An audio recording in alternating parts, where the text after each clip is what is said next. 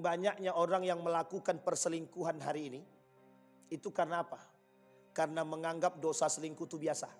Makan babi, dosa besar apa tidak? Kenapa tidak ada yang makan babi? Padahal dagingnya enak. Kenapa mereka tak makan? Dosanya tidak besar-besar amat gitu. Kata mereka begitu. Coba bayangkan Pak. Tapi mengapa mereka tidak mau makan? Takut mereka. Kenapa dengan zina mereka tak takut? Ada kenikmatan Pak Ustaz. Itu masalahnya. Di tren Bapak Ibu. Di mana-mana isi berita di televisi itu perselingkuhan. Seperti apa yang dikatakan Nabi dulu dalam hadisnya. Kata Nabi kelak di akhir zaman tuh banyak orang-orang berzinah di jalan. Maksud berzinah di jalan tuh saking banyaknya orang yang berzinah.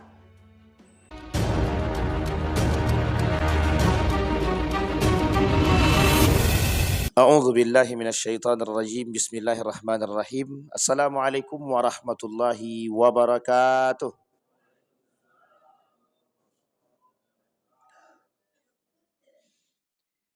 Alhamdulillahi rabbil alamin. Alhamdulillahilladzi arsala rasulahu bil huda wa dinil haq liyudhhirahu 'alad dini kullih wa kafa billahi shahida. Asyhadu an la ilaha illallah wahdahu la syarika lah wa asyhadu anna Muhammadan 'abduhu wa rasuluh la nabiyya ba'd. Allahumma salli wa sallim wa barik ala hadzal nabiyil karim. Allahumma salli ala Muhammad wa ala ali Muhammad fil alamin innaka Hamidum Majid. Ya ayuhan nasu attaqu rabbakum alladhi khalaqakum min nafsin wahidah wa khalaqa minha zawjaha wa batha minhuma rijalan katsiran wa nisaa wattaqullaha alladhi tasaaluna bihi wal arham innallaha kana 'alaikum raqiba. Wa qala Allah ta'ala ya ayyuhalladzina amanu taqullaha wa qulu qawlan sadida yuslih lakum a'malakum wa yaghfir lakum dhunubakum wa may yuti'illaha wa rasulah faqad faza fawzan 'azima. Puji syukur kehadirat Allah dengan mengucapkan alhamdulillahirabbil alamin. Berselawat kepada Nabi dengan mengucapkan Allahumma salli ala Muhammad wa ala ali Muhammad fil alamin innaka Hamidum Majid. Bapak Ibu sekalian yang berbahagia, di subuh hari ini mudah-mudahan Allah melimpahkan rahmat dan karunia-Nya kepada kita semua. Allah menjadikan rumah tangga yang sakinah, mawaddah warahmah, anak-anak yang saleh dan salihah. InsyaAllah kita yang hadir semua istiqamah dalam kebaikan dan ketaatan, dan kita semua husnul khatimah. Amin ya rabbal alamin. Baik Bapak Ibu sekalian yang berbahagia, di subuh hari ini Bapak Ibu, judul kita sederhana. Judulnya penolakan kebenaran. Judulnya adalah penolakan kebenaran. Bisa dipahami Bapak Ibu? Judulnya penolakan kebenaran. Jadi Bapak Ibu sekalian yang berbahagia, merujuk kepada pemahaman ini Bapak Ibu, Allah berkata di dalam Al-Quran, kata Allah di dalam Al-Quran dalam surat Al-A'raf ayat 12, surat ke-7, kata Allah, qala ma mana'aka alla tasjuda idh amartuka qala ana khairun minhu khalaqtani min narin wa khalaqtahu min tin. Kata Allah di dalam Al-Quran, apakah yang menghalangimu untuk bersujud kepada Allah di waktu aku menyuruhmu? Iblis menjawab, saya lebih baik daripadanya, karena saya diciptakan dari api, sementara dia diciptakan dari tin. Tin itu ada yang bilang itu tanah, ada yang bilang itu saripati. Kalau saripati itu dapatnya juga dari tanah. Tapi di situ kenapa Allah tak gunakan kalimat minal ard gitu? Kenapa Allah gunakan tin? Ini pemilihan kata yang tidak sembarangan. Ini disebut dengan balaghah ataupun majaz atau spesial. Gharibul kalimah. Nah, dan itu dipelajari oleh para ulama terkhusus yang mempelajari ilmu Al-Quran. Dan ini dikaji dalam gharibul kalimah fil Quran. Dalam masalah kalimat-kalimat yang terdapat di dalam Al-Quran. Nah, dari ayat ini, itu sebenarnya ayat ini menunjukkan salah satu perintah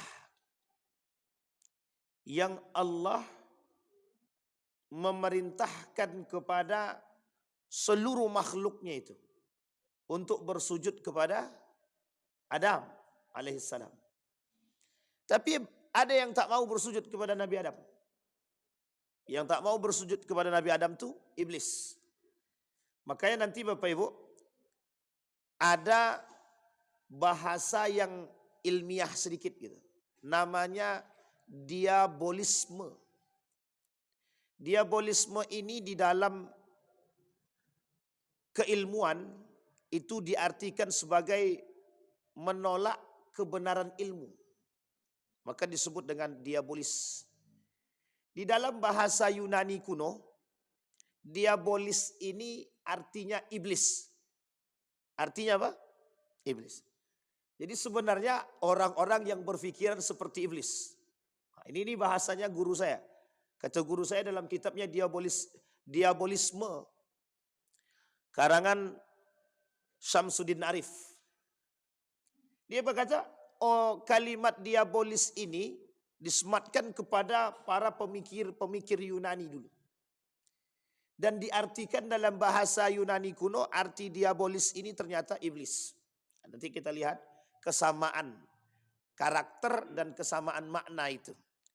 Di dalam ayat yang lain, Allah berkata, wa qala Musa inni udtu bi rabbi wa rabbikum min kulli mutakabbirin la yu'minu biyaumil hisab. Kemudian dalam ayat yang lain, innahu la yuhibbul mustakbirin. Kata Allah di dalam Al-Quran, Musa berkata, inni udtu bi rabbi wa rabbikum. Ta'awuz. Berta'awuz. Aku berserah diri, menjaga diri, kemudian kepada Sang Pencipta, kepada Tuhanku. Min kulli mutakabbir, dari segala perbuatan kesombongan yang ada dalam diri. Ada orang-orang yamshi 'alal ardi mutahawin atau haunan. Kemudian la yu'minu biyaumil hisab. Salah satu bentuk kesombongan para orang-orang yang sombong itu, mereka tidak percaya kepada yaumul hisab, hari kebenaran.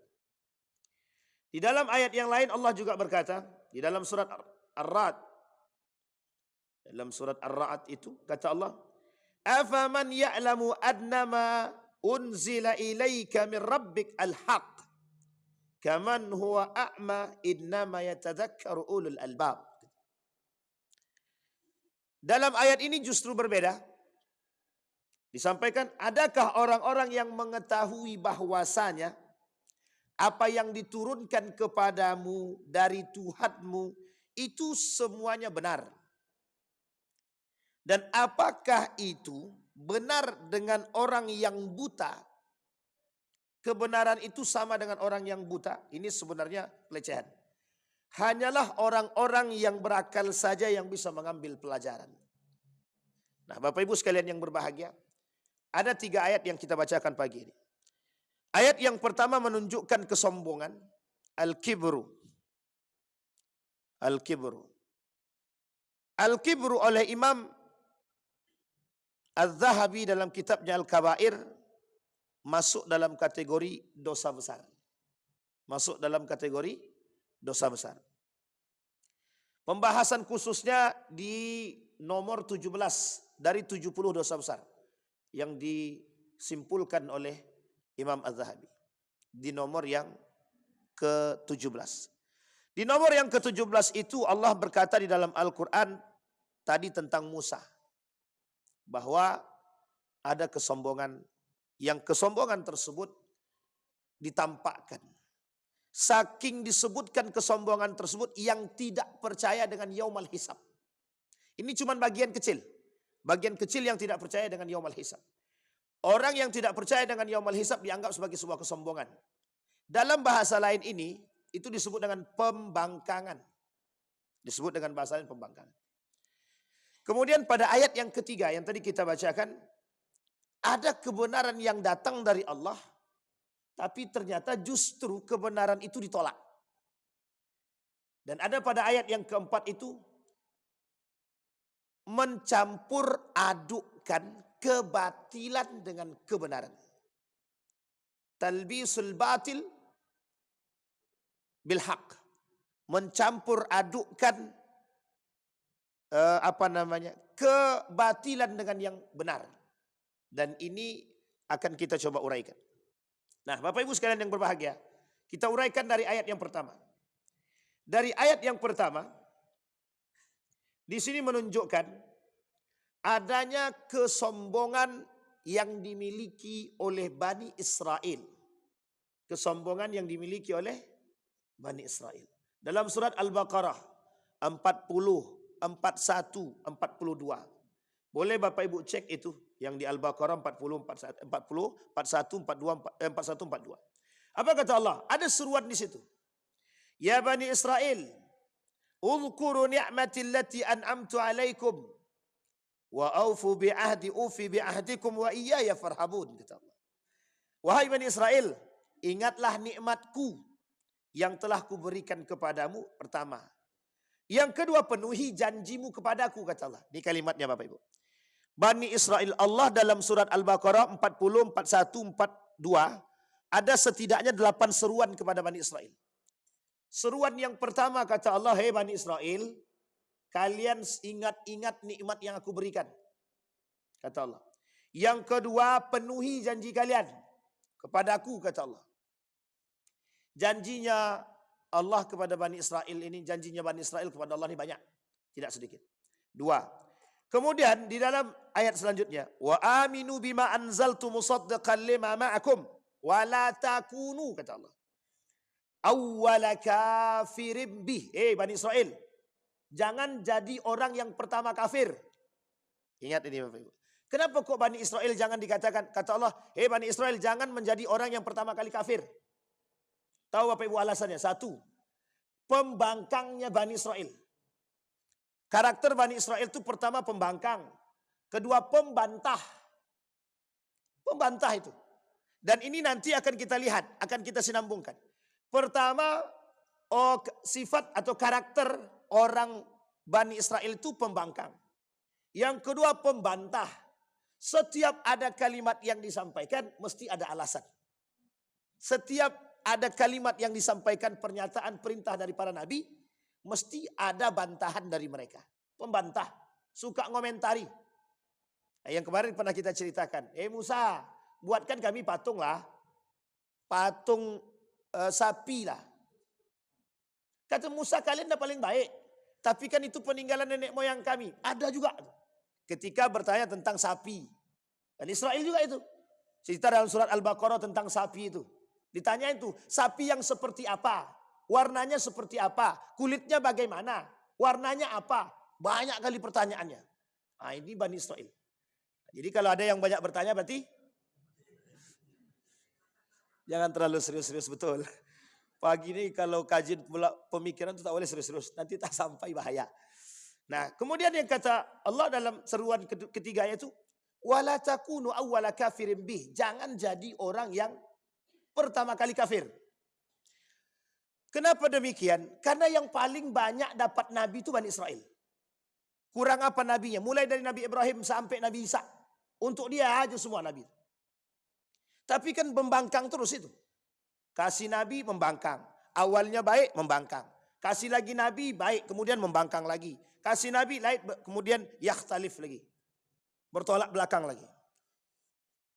Karakter seruan selanjutnya. Yang keempat, wala tashtaru bi ayati samanan qalila. Jangan kalian jual agamaku, kata Allah, dengan harga yang murah. Ini sudah pernah kita sering bahas dulu. Kemudian kata Allah,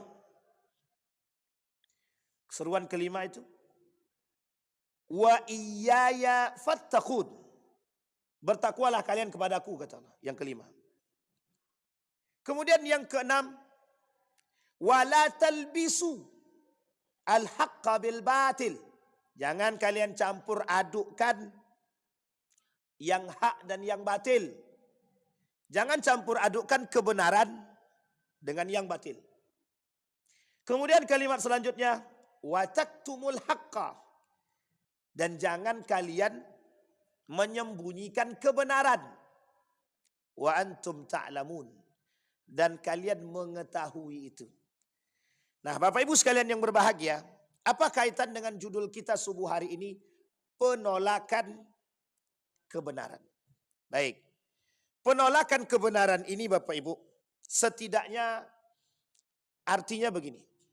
Dalam Al-Quran ini artinya ada dua. Satu, Bani Israel yang tidak menerima kebenaran datang dari Allah. Bani Israel yang tidak menerima kebenaran datang dari Allah.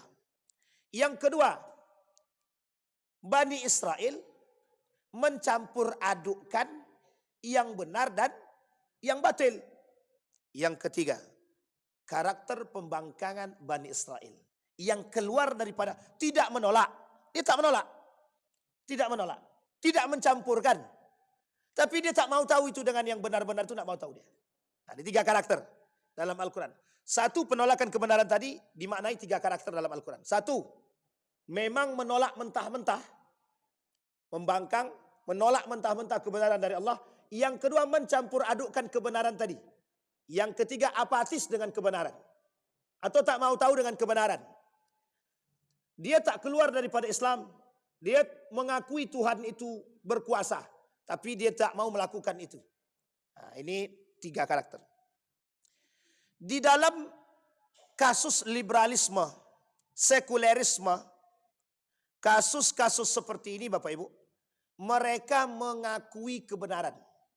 Tahu dia kebenaran itu. Tapi menolak kebenaran itu. Ditolaknya Pak kebenaran itu. Kenapa kok ditolaknya kebenaran itu? Tak sesuai dengan kepentingan. Tidak sesuai dengan kepentingan. Kita ambil contoh. Ada namanya Friedrich Nietzsche. Kata Friedrich Nietzsche gini, Tuhan sudah mati. Bukan tanpa alasan dia bersebut begitu Pak. Dulu di salah satu universitas di Jawa itu, mahasiswanya dia buat begini. Kata mahasiswanya dalam protes. Kata mahasiswa ditulis di situ, Tuhan sudah membusuk. Katanya. Itu umat muslim itu yang buat. Tahun berapa itu? 2015an. Kata dia dibuatnya spanduk besar dengan tulisan Tuhan sudah membusuk. Katanya. Makna daripada tulisan ini, pernyataan ini sebenarnya begini. Kami tidak butuh Tuhan. Kalau kasusnya Friedrich Nietzsche itu tak begitu. Karena terjadinya pertikaian di antara banyak kasus yang dialami ketika itu. Dan ketika itu Friedrich Nietzsche bilang begini, mana nih para pendeta-pendeta ini?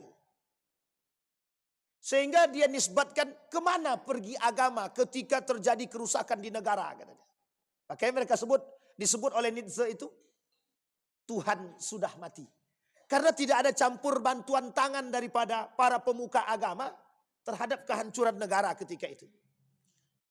Sama Pak, pola pikir yang sama ketika terjadi kekacauan di negara ini, ada protes dari mahasiswa-mahasiswa, kalau saya tak salah itu Usuluddin itu. Waktu itu, orang filsafat bukan Usuluddin, orang filsafat. Apa kata dia? Tuhan sudah membusuk. Karena tak ada Tuhan dalam urusan kemana mereka ketika terjadinya kekacauan dan kehancuran. Nah, ini konsep yang dimaksud. Jadi Bapak Ibu sekalian yang berbahagia, itu menunjukkan bahwa makna yang terkandung dari pernyataan tersebut, kami tidak butuh Tuhan. Kami ini tidak butuh urus atau campur tangan Tuhan. Yang kami butuhkan itu bagaimana semua ini aman dengan akal manusia yang cerdas-cerdas itu. Misal tata negara. Mana orang-orang pintar yang mengurus urusan negara? Panggil tuh yang ahli tata negara. Lah kok sembraut begini kok negara ini? Jadi kami tidak butuh Tuhan. Kami butuh manusia yang cerdas. Kami butuh manusia-manusia yang pintar. Untuk mengurus ini. Konflik. Mana? Kami tidak butuh Tuhan. Kami butuh pemimpin yang bisa mendamaikan konflik. Ini yang mereka inginkan. Dalam dunia pendidikan misal, kami tidak butuh Tuhan. Yang kami butuhkan sistem pendidikan yang baik. Irlandia. Tahu Bapak Ibu Irlandia? Satu-satunya negara yang terkenal dengan perdamaian yang baik. Itu Irlandia. Sampai-sampai klakson pun tidak ada kata dia. Saking damainya. Tapi ateis. Ateis. Makanya mereka katakan, semakin tinggi tingkat ateis satu negara, semakin sejahtera. Katanya. Kami perdamaian di Irlandia ini, itu tanpa agama. Sehingga lebih banyak ateis. Jadi mereka tak terima ateis itu. Maaf, mereka tidak terima orang-orang yang beragama. Nah, ini poin penting. Maksud ini apa? Menolak kebenaran. Allah ini benar apa tidak? Benar Pak. Allah ini benar. Yang datang dari Allah adalah kebenaran. Inilah yang ditolak. Itu yang pertama. Dan ini jelas. Orang kafir menolak kebenaran. Maka disebut dengan bahasa Arab, dalam bahasa Arabnya kafir. Yang menutupi diri dari kebenaran. Ada yang kedua. Tadi kan 3 karakter. Karakter yang kedua. Apa karakter yang kedua? Mencampur adukkan yang hak dan yang batil. Mencampur adukkan yang hak dan batil. Dan yang mencampur adukkan yang hak dan batil inilah melalui jalur pemikiran. Inilah yang disebut dengan karakternya iblis. Ini yang disebut dengan karakternya iblis. Dan nomor 2 tadi. Apa maksudnya karakter iblis itu? Berpikir dengan akal bagaimana sesuatu yang tidak bisa diterima dengan akal itu tidak usah diterima kecuali yang bisa diterima oleh akal. Satu. Yang kedua, bagaimana membuat sesuatu yang kami tahu kebenaran itu, tapi kebenaran itu bukan untuk dilakukan, tapi untuk dicampurkan dengan yang batil-batil tadi. Ini bahasa teorinya. Kalau bahasa prakteknya begini. Mencampur adukkan yang haram dengan yang halal. Mencampur adukkan dengan yang salah dan yang betul. Nah, contohnya yang sudah pernah kita sampaikan. Kalau bahasa lainnya begini. Kalau Islam bilang nikah beda agama itu tak boleh. Mereka katakan. Tapi bukan sembarangan mereka mengatakan boleh saja, tidak. Tapi mereka kaji dulu. Kenapa Al-Quran melarang nikah beda agama? Nah, sampai sini paham ya? Rujukannya, kajiannya Al-Quran. Hanya saja mempleseti makna Al-Quran itu tadi yang sesungguhnya. Kita ambil contoh itu kasus nikah beda agama tadi. Sampai mereka bilang begini, ayat ini itu kan jelas. Mereka yakini ayat ini Bapak Ibu, mereka yakini ayatnya. Cuman yang mereka tidak yakini adalah kenapa Islam melarang nikah beda agama. Sementara dalam Al-Quran membolehkan nikah beda agama dengan ahlul kitab. Berarti Al-Quran ini terjadi salah paham. Atau yang memahaminya tak besar. Kan gitu kata mereka. Sehingga Bapak Ibu mereka katakan pemahaman terhadap Al-Quran ini itu tidak bisa digunakan dengan pemahaman yang menolak menikah beda agama. Tapi pakailah pemahaman yang membenarkan nikah beda agama dengan gaya ahlul kitab. Nah, itu dia. Sehingga, oh iya juga ya. Mainnya apa? Tapi mereka menolak enggak? Enggak menolak. Mereka yakin terhadap Al-Quran? Yakin. Kasus yang kedua. Kasus LG. Saya sampaikan Bapak Ibu. Hasil tulisan mereka tentang LG. Apa kata mereka tentang LG? Kata mereka begini. Secara nalar awam bisa saja dipahami bahwa LGBT ini sangat sesuai dengan nalar berpikir. Dan bisa dilegalkan secara konstitusional. Ini belum kita masukkan poinnya. Kemudian mereka katakan begini. Kalau ada orang yang tidak pro dengan LGBT. Orang-orang seperti ini kata mereka, itu justru melanggar hak asasi manusia. Dan diskriminatif. Sementara Al-Quran, mereka gunakan dalilnya Al-Quran. Al-Quran menjaga hak setiap manusia. Sekarang Bapak Ibu kalau sampaikan begitu gimana kita? Itu punya hak, dia manusia. Kalau kita katakan binatang tak mungkin, kita katakan iblis juga tak mungkin. Karena memang mereka manusia. Itu alasan mereka. Maka butuh namanya hak asasi manusia untuk menjaga mereka. Dalilnya apa? Islam menjaga setiap nyawa. Islam menjaga setiap nyawa. Ini gaya berfikirnya. Nah, Bapak Ibu, sekarang kita lihat. Bagaimana cara berfikir kelompok diabolis atau yang berkarakter seperti iblis yang mencampur adukkan yang hak dan yang batil tadi. Yang pertama, karakter orang-orang yang menolak kebenaran dengan gaya berfikirnya yang tadi kita sampaikan pada karakter yang kedua tadi, yang mencampurkan yang hak dan yang batil. Karakter orangnya yang pertama selalu membangkang dan selalu membantah. Tapi bukan berarti, mohon maaf ya, bukan berarti ada orang yang membantah kita berarti dia diabolis. Kalau dia membantah kebenaran dari yang tidak benar, kemudian dibantah dengan alasan yang membenarkan, itu baik. Yang tak baik itu, yang benar dijadikan salah. Sama seperti tadi. Jelas salah. Tapi kemudian dibenarkan. Makanya kenapa Indonesia darurat LGBT? Setiap daerah sekarang banyak LGBT. 2 hari yang lalu, nelpon seorang imam masjid. Curhat tentang jamaahnya. Sudah punya anak 1. 1 hari sebelum itu, curhat lagi. Ada seorang bapak-bapak curhat tentang tetangganya LGBT. Sholat tiap hari di masjid. Tapi dia udah punya anak 2. Tadi semalam kemarin curhat pula kawan. Ustaz, Anda punya kawan Ustaz. Anda kira orangnya pokoknya baik Ustaz. Tingkahnya baik, anaknya enggak banyak tingkah lah artinya. Pendiam Ustaz. Tahu-taunya astagfirullahaladzim. Saya bilang ya Allah, dalam 1 bulan ini sudah lebih mungkin dari 10 orang yang curhat tentang LGBT. Itu bukan darurat lagi itu Pak. Sudah sampai di tenggorokan itu. Ini memang betul-betul serius seperti itu. Tentang kemarin kawan saya nelpon dari Pelalawan ke sana. Pelalawan itu. Di sini juga banyak Wan. Cuman kami belum dapatkan data validnya. Anak-anak sekolah nih. Nanti saya bantu carikan.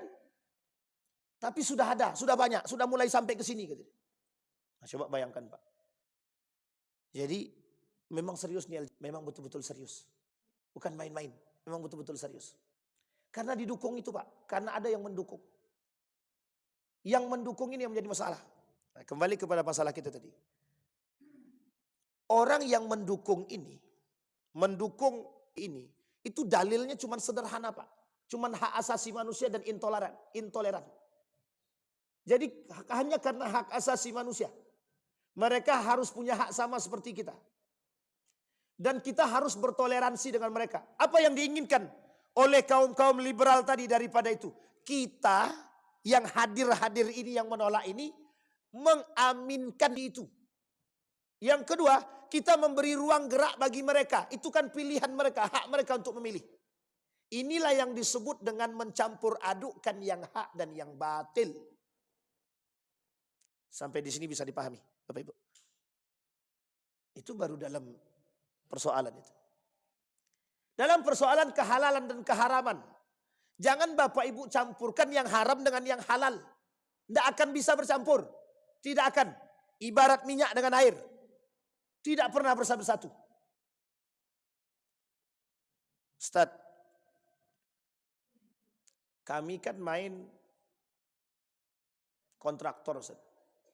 Tender. Untuk dapat tender itu kan harus pakai suap. Maka apa tidak mungkin suap ini dihalalkan? Itu pertanyaan sama saya begitu Pak. Apa tidak mungkin suap ini dihalalkan? Ini udah paling frontal nih bahasanya Pak. Yang lain tuh bahasanya agak baik sedikit. Ustadz, apa tidak mungkin dicari sisi lain? Sementara kami punya anak istri. Saya tidak punya pekerjaan. Pekerjaan saya cuma kontraktor ini. Sampai sebegitunya. Itu kan halus itu. Ini penting Pak. Jadi poin-poin seperti ini itu gaya berpikir sebenarnya. Itu permainan pola pikir saja. Kata Allah yang haram itu haram. Yang halal itu halal. Kata Nabi halal, innal halal bayyinun wal haramu bayyinun. Di antara keduanya umurun mustabihat kata Nabi. Di antara yang halal dan yang haram itu subhat-subhat aja lagi. Tapi yang parahnya lagi, sudah jelas haramnya, sudah jelas halalnya, dicampur pula lagi. Jadi apa? Kalau yang halal dengan haram dicampur jadi apa? Itu subhat tadi. Udah tidak jelas, abu-abu. Kata Nabi di akhir zaman itu memang itu isinya. Kita ambil contoh. Saking banyaknya orang yang melakukan perselingkuhan hari ini, itu karena apa? Karena menganggap dosa selingkuh itu biasa. Padahal kira-kira selingkuh itu dosa besar apa dosa kecil? Zina Pak. Zina. Dosa besar. Kenapa orang tak pandang bahwa zina itu dosa besar? Kalau orang itu mindsetnya takut dengan Allah, karena ini dosa besar, mesti mereka tidak melakukan. Kita ambil contoh. Makan babi. Dosa besar apa tidak? Kenapa tidak ada yang makan babi? Padahal dagingnya enak. Kenapa mereka tak makan? Dosanya tidak besar-besar amat gitu. Kata mereka begitu. Coba bayangkan Pak. Tapi mengapa mereka tidak mau makan? Takut mereka. Kenapa dengan zina mereka tak takut? Ada kenikmatan Pak Ustaz. Itu masalahnya. Dan ini gaya berpikir Pak. Gaya berpikir. Kenapa saya katakan gaya berpikir? Gara-gara tidak dipandang zina itu sebagai dosa besar. Dan penyampaian terhadap orang yang melakukan zina itu tidak serius terhadap ancaman Allah. Sehingga orang menganggap Islam itu memandang bahwa zina itu dosa biasa. Pola pikir. Muncul kelompok liberal tadi dengan gaya berpikir yang sama. Kata mereka, ntar ente tobat aja selesai. Ini pola pikir Pak, pola pikir. Pada poin yang ketiga, karakter yang ketiga. Apatis, pragmatis. Terhadap apa? Terhadap persoalan yang seperti ini. Nah, ini poin penting Pak. Jadi kalau kita termasuk orang yang apatis, pragmatis terhadap dosa-dosa besar, ya itu yang masalah kita hari ini. Makanya kenapa minum khamar tak bisa diberantas? Kenapa minuman keras itu tidak bisa diberantas? Banyak persoalan. Satu karena urusan kepentingan. Yang kedua karena dianggap minum khamar itu biasa. Ada cerita, itu ceritanya seorang pemuda itu. Dosa yang paling kecil di antara berzina, membunuh dan minum khamar. Mana yang paling kecil? Seorang pemuda alim dijebak di dalam rumah. 3 pilihannya. Berzina, kemudian membunuh, yang ketiga minum minuman keras. Mana yang dipilih sama dia? Yang paling kecil di antara 3 ini, semua 3 ini dosa besar. Tapi yang paling kecil di antara dosa besar 3 ini cuma minum khamar. Dipilihnya minum khamar, semua dibunuhnya. Perempuan diperkosanya, anak dibunuhnya. Dapat 3 sekali. Coba bayang. Gaya berpikir Pak. Gaya berpengaruh siapa? Sehingga mereka anggap minuman keras ini biasa saja. Nah, ini penting, pola pikir. Dan ini karakter. Nah, sampai di sini bisa dipahami Bapak Ibu ya. Nanti baru kita lihat gaya apatis seperti ini. Apakah masuk daripada karakter iblis tadi. Nah, kan ada karakternya membangkang dan membantah. Yang kedua, intelektual, diabolik, bersikap takabur. Nah, ini dia. Para orang-orang berilmu tadi, yang mengatakan bahwa nikah beda agama itu tidak salah. Melakukan riba itu tidak salah.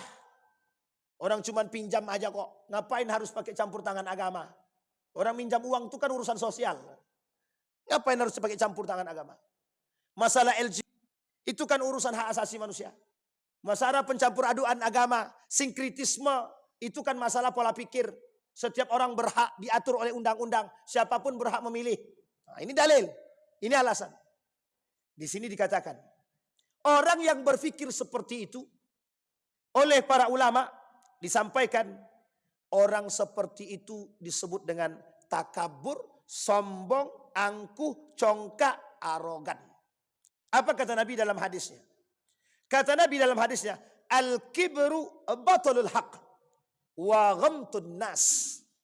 Kata Nabi begini, sombong itu menolak yang benar dan meremehkan orang lain. Sombong itu kata Nabi, batalul haq. Apa itu batalul haq? Menolak kebenaran. Wa ghamtun nas, meremehkan manusia. Coba bayangkan jika para pejuang itu mau paham, mau menalar dengan akal sehat saja. Andai kata, na'udzubillah min zalik ya, na'udzubillah. Mayoritas itu ada keturunan. Punah semua Pak, punah, habis. Coba kalau mereka mau berpikir dengan sehat itu. Yang kedua, dan ini kasus Pak. Dokter, bercerita langsung dokter. Kami Ustadz sudah berkali-kali mengobati pasien rata-rata punya penyakit akut. Coba bayangkan Pak, punya penyakit akut.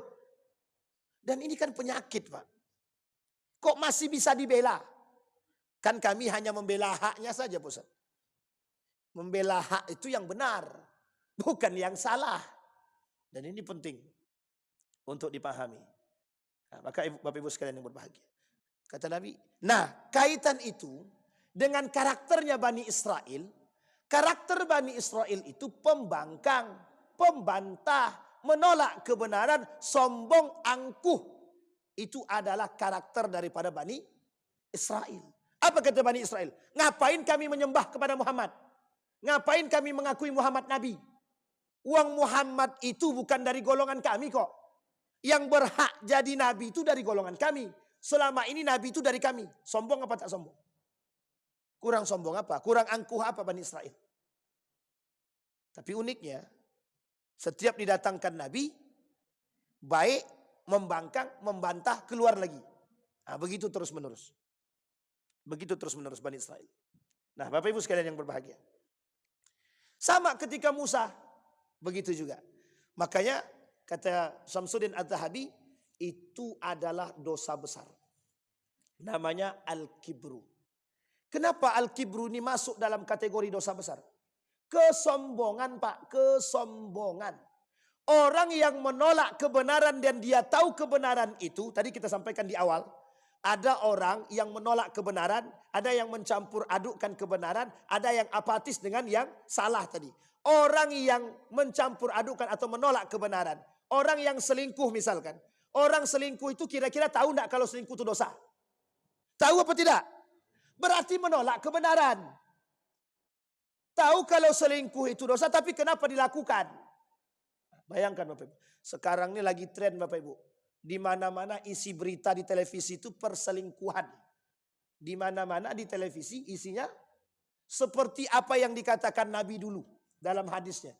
Kata Nabi, kelak di akhir zaman tuh banyak orang-orang berzinah di jalan.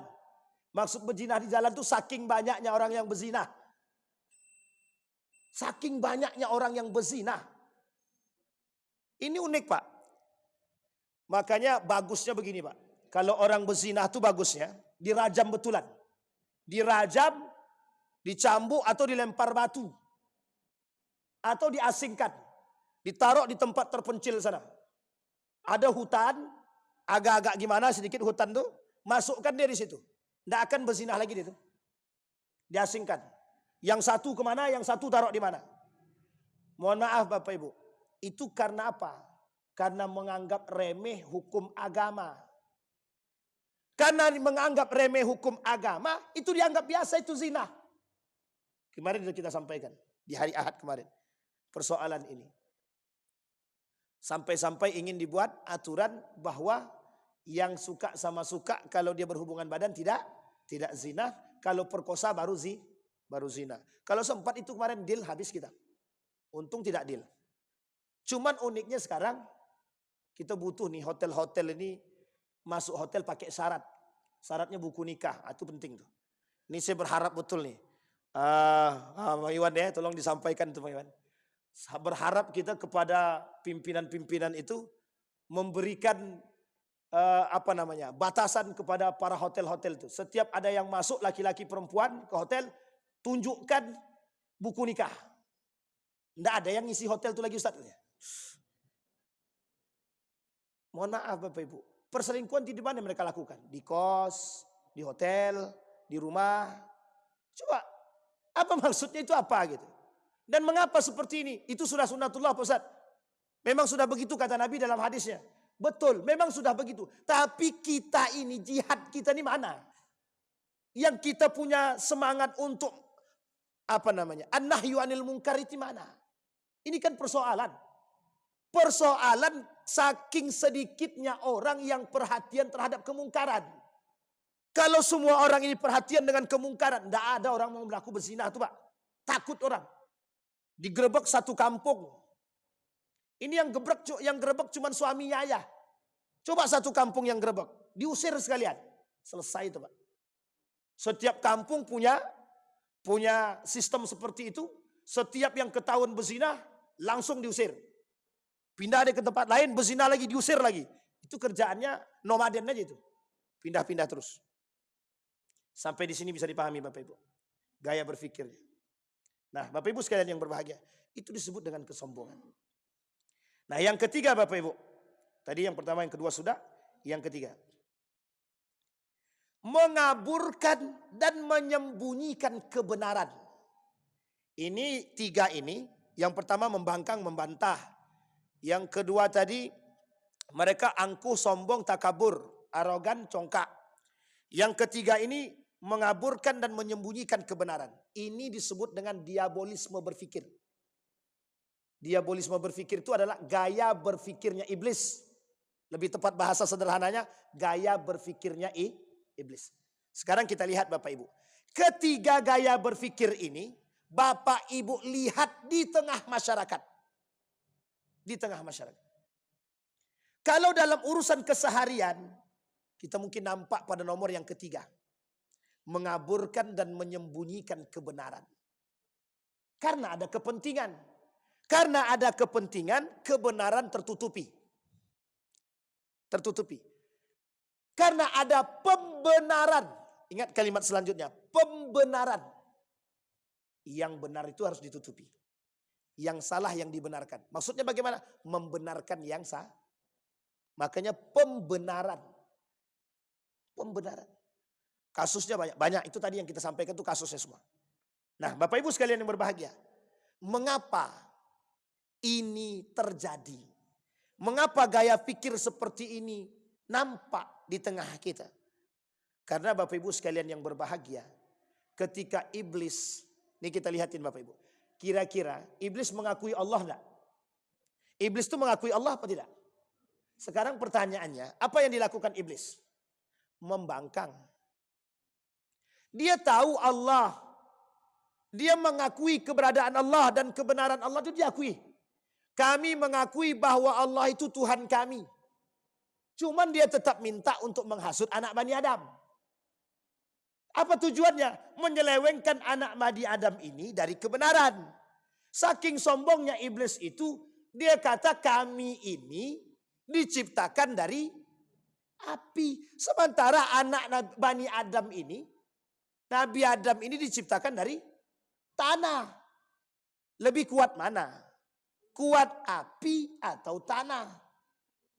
Coba bayangkan. Sebenarnya kuat tanah. Kalau api sedang hidup disiram pakai tanah mati juga itu. Kalau tanahnya banyak. Kalau apinya kecil. Kecuali yang kebakaran. Ya, itu lain cerita. Nah, ini Bapak Ibu. Jadi memang itu karakter iblis. Ya, kesombongan iblis begitu. Saking sombongnya iblis katakan kepada Tuhan, kami diciptakan dari api sementara manusia diciptakan dari tanah. Kok kami diperintahkan untuk sujud? kepada manusia. Kan kesombongan. Kemudian dihasutlah oleh iblis. Agar anak Bani Adam ini membantah dan membangkang kepada Allah. Inilah yang disebut dengan, makanya bahasa Yunani kuno itu, diabolis itu diartikan pemikiran iblis. Jadi diartikan, artinya apa? Orang-orang yang berpikir seperti itu, seperti yang tadi kita sampaikan, itu berkarakter seperti, jadi muncul pertanyaan, berarti orang liberalisme, sekulerisme itu iblis, Pak Ustaz? Itu yang jangan sampai begitu pula kita. Artinya karakter dan gaya berpikir. Karakter dan gaya berpikir. Nah, Bapak Ibu sekalian yang berbahagia, apa kata Allah di dalam Al-Quran? Wa idh qulna lil malaikati isjudu li adama fasajadu illa iblis. Ketika kami perintahkan mereka bersujud, cuma satu, iblis tak mau. Yang ditonjolkan di situ apa? Kesombongan. Al-kibru. Nomor 2 tadi kan? Al-kibru. Arogansi. Yang mereka tonjolkan. Kembali kepada ayat 40 tadi. 40, 41, 42. Surat Al-Baqarah tadi. Apa seruan Allah kepada mereka? Hei! Kata Allah kepada Bani Israel. Berarti gaya berpikir Bani Israel itu hampir sama dengan gaya berpikirnya iblis. Yang suka membangkang, arogansi. Dan tidak mau. Mereka minta Tuhan sudah mereka sembah Allah, kemudian mereka bangkang. Mereka membangkang kepada Allah, membantah kepada nabinya. Karakter berpikirnya. Sekarang Bapak Ibu boleh lihat. Banyak orang yang berpikir berkarakter seperti Bani Israel ini banyak. Kita kasih alasan, lebih banyak pula alasan dia lagi. Nah, jadi kalau ada orang-orang seperti ini, bukan berarti dia Bani Israel juga ya. Seruan selanjutnya, wala talbisul haqqa bil batil. Karakter Bani Israel juga. Mencampur adukkan yang hak dan yang batil. Ternyata karakter Bani Israel juga. Dan karakter Bani Israel yang mencampurkan yang hak dan yang batil berasal dari pola pikir juga dan kepentingan. Itu juga dilakukan oleh umat manusia hari ini. Apa tujuan mencampur adukkan yang hak dan yang batil? Mengaburkan kebenaran, menyembunyikan Masih ingat itu kasusnya itu? Masih ingat kasusnya itu? Penolakan terhadap jilbab. Penolakan terhadap berpakaian-pakaian yang baik. Kalau kita masuk pesantren kan, wajib berbusana muslim. Kan begitu. Bagi laki-laki. Wajib berbusana muslimah bagi perempuan. Ada orang yang berpikir begini. Berpakaian kok harus diatur. Berpakaian aja kok harus diatur. Bahasa ini sederhana. Tapi berpengaruh Pak. Berpengaruh. Berpakaian aja kok diatur. Kalimat itu sederhana memang. Tapi berpengaruh itu. Apa pengaruhnya? Akal. Oh iya ya. Kan hak-hak kami. Mau kami pakai celana pendek kek. Anak-anak kami kok. Mau dia berpakaian tank top kek. Itu kan urusan kami. Pakaian kami. Nah, begitu keadaan orang hari ini. Manusia hari ini itu begitu. Yang penting hakku. Jangan. Kenapa kalian harus campur urusan kami? Kan kalimatnya begitu. Jangan kalian campuri urusan pribadi kami. Mau dia tak pakai jilbab kek, mau dia pakai celana pendek kek, mau dia pakai tank top kek, jangan kalian campuri urusan kami. Itu hak kami, urusan kami. Betul apa salah? Begitu pola pikir mereka. Iya. Dan ini gaya berpikirnya Bani Israel. Gaya berpikirnya Bani Israel. Dan menyembunyikan kebenaran juga bagian daripada gaya berpikirnya Bani Israel. Nah, kemudian Bapak Ibu sekalian yang berbahagia, apa kata Allah? Berimanlah kalian dari apa yang aku turunkan. Apa yang dilakukan oleh Bani Israel? Tidak mau dia beriman. Isra dan Mi'raj. Itu Bani Israel tuh. Sekarang kita kembali kepada Yahudi dan Nasrani. Apa yang dilakukan oleh Nabi? Nabi tunjukkan kebenaran. Ketika mereka bertanya tentang ruh, dijawab sama Nabi, urusan ruh, urusan Allah. Tidak berani mereka ngomong apa-apa. Mereka yakin sama Allah, yakin. Cuma tak yakin dengan Muhammad saja. Coba bayangkan. Maka ketika Nabi Muhammad Isra dan Mi'raj itu, mereka tidak percaya sama sekali. Yang tidak percaya siapa? Nasrani, Yahudi. Nasrani dan Yahudi. Coba bayangkan Pak. Jadi mereka tidak mau beriman. Makanya kalimat selanjutnya dalam Al-Quran itu, nu'minu bi ba'dil wa nakfur bi ba'd. Kami beriman kepada sebagian, kami kufur kepada sebagian. Mana yang enteng dan mudah bagi kami terima, kami iman. Kalau tak sesuai dengan akal dan hati kami dan kepentingan kami tolak. Makanya waktu Nabi datang, ini dalam sejarah Bapak Ibu, ketika Nabi datang di Mekah itu banyak yang menolak. Kenapa orang mereka menolak Nabi? Karena Nabi menolak kebiasaan mereka. Kebiasaan-kebiasaan mereka. Apa kebiasaan mereka? Minum khamar, budak, berzina, berjudi, konglomerasi. Itu tradisi mereka, Pak. Yang kaya harus kaya. Coba lihat rasismenya itu tinggi. Tinggi. Kau budak, sampai kapanpun budak tidak akan pernah bisa setara dengan kami. Datang Nabi, disamakan tuh derajatnya. Yang kaya dan ini. Apa kata mereka? Mana bisa begitu? Yang kaya ya kaya. Yang miskin ya miskin. Kan miskin karena ulah mereka. Kaya kan kami kerja. Gaya berpikir korun juga. Sampai di sini paham Bapak Ibu ya? Ini gaya berpikir. Nah inilah kemudian kata Allah. Wa aminu bima anzaltu musaddiqan lima ma'akum. Wa la takunu awwala kafirin bih.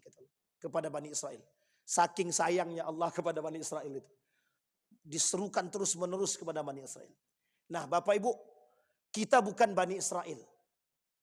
Tapi mengapa manusia hari ini meniru karakter-karakter Bani Israel? Kalau dulu Nabi berhadapan Bani Israel, Yahudi, Nasrani. Kalau sekarang tidak. Nabi berhadapan 4 sekaligus. Yahudi, ya bagian daripada Bani Israel juga. Nasrani, itu tersebut Bang. Yang keempat, kaum munafik itu sendiri. Kaum munafik. Karena munafik itu dari kita. Orang Nasrani, orang Yahudi, tidak punya tangan. Kalau dia masuk ke kita agak sulit. Maka dicarilah orang-orang yang bisa membantu. Nah orang-orang yang bisa membantu inilah yang disebut dengan munafik. Maka Allah sebut di dalam Al-Quran juga. Kata Allah di dalam Al-Quran tadi. Seruan kepada Bani Israel itu juga Allah serukan kepada manusia-manusia umat muslim itu. Wala tashtaru bi ayati tsamanan qalila. Jangan kalian perjualbelikan agamaku demi kepentingan. Jangan kalian jual agamaku demi sesuatu. Jangan kalian jadikan agamaku untuk mencari kepentingan. Jangan kalian jadikan agamaku untuk menikmati dunia atau mencari dunia. Dan inilah yang dilakukan oleh kaum liberalisme, sekulerisme untuk mendapatkan dunia tadi. Dan inilah yang disebut dengan penolakan kebenaran. Dan orang-orang seperti ini Bapak Ibu sedang berada di tengah-tengah kita hari ini. Karakternya dulu 1400 tahun yang lalu. Baginda Nabi Muhammad SAW. Sampai hari ini tetap eksis. Dan sampai hari kiamat akan selalu eksis. Artinya apa? Kalau kita sadar akan eksistensi mereka, kita yang harus bertahan dengan sikap kita. Pilih mana? Pilih Amerika atau Palestina? Kata Ustadz Mustafa Umar. Pilih mana? Berjuang dengan yang sedikit tentang kebenaran atau bersama dengan kekuasaan yang justru keluar daripada nalar agama. Mudah-mudahan ada manfaatnya bagi kita semua Bapak Ibu. Mudah-mudahan bisa menjadi pencerahan bagi kita. Ada pertanyaan Bapak Ibu? Mesti tidak ada. Ada pertanyaan Bapak Ibu? Nah, tidak ada. Alhamdulillah. Memang berat-berat tuh Ustaz. Iya. Mudah-mudahan dari yang berat jadi ringan. Dari yang ringan bisa kita amalkan. Dan ingat Bapak Ibu disampaikan ini untuk tujuan kita menjaga rumah tangga dan keluarga itu yang paling penting. Kata beliau, ibda min nafsik, mulai dari keluarga, mulai dari diri sendiri agar kita terjaga dari pola pikir seperti ini, karakter-karakter seperti ini, kesombongan seperti ini. Jangan pula kita yang berpikir seperti Bani Israel. Biar tidak dipanggil Bani Israel. Kita berdoa kepada Allah. A'udzubillahi minasyaitonirrajim. Bismillahirrahmanirrahim. Alhamdulillahirabbil alamin. Hamdas syakirin, hamdan naimin. Hamda yuwafi ni'amahu wa yukafi'u mazidah ya Rabbana lakal hamdu kama yanbaghi li jalali wajhikal karim wa azim sultanik. Allahumma salli ala Muhammad wa ala ali Muhammad fil alamin innaka Hamidum Majid. Ya Hayyun ya Qayyum ya Fattah ya Alim ya Aziz ya Ghaffar ya Rabbal alamin. Allahumma faqihna fid din wa 'allimna ta'wil. Allahumma ij'al tajammu'ana tajammu'an marhumah waj'al tafarruqana min ba'dihi tafarruqan ma'sumah. Allahumma ighfir lahum warhamhum wa'afihim wa'fu anhum wa akrim nuzulahum wa wasi' madkhalahum waj'alil jannata mathwahum. Allahumma ansur man nasara ad-din wa akhdhul man khadhal muslimin. Allahumma ansur ikhwanana al-mujahidin fi Palestin wa fi Gaza wa fi kulli makan. Allahumma dammiril yahud. Allahumma ahlikil kafarata wal mubtadi'ata wal musyrikin a'da'aka a'da'ad din. Allahumma ja'al tajammu'ana tajammu'an marhumah waj'al tafarruqana min ba'dihi tafarruqan ma'sumah. Allahumma ighfir lana dhunubana wa dhunuba walidina warhamhuma kama rabbayana shighara. Allahumma akhtimna bi husnil khatimah wa la takhtimna illa bi husnil khatimah. Rabbana atina fid dunya hasanah wa fil akhirati hasanah wa qina azabannar. Walhamdulillahirabbil alamin. Assalamualaikum warahmatullahi wabarakatuh.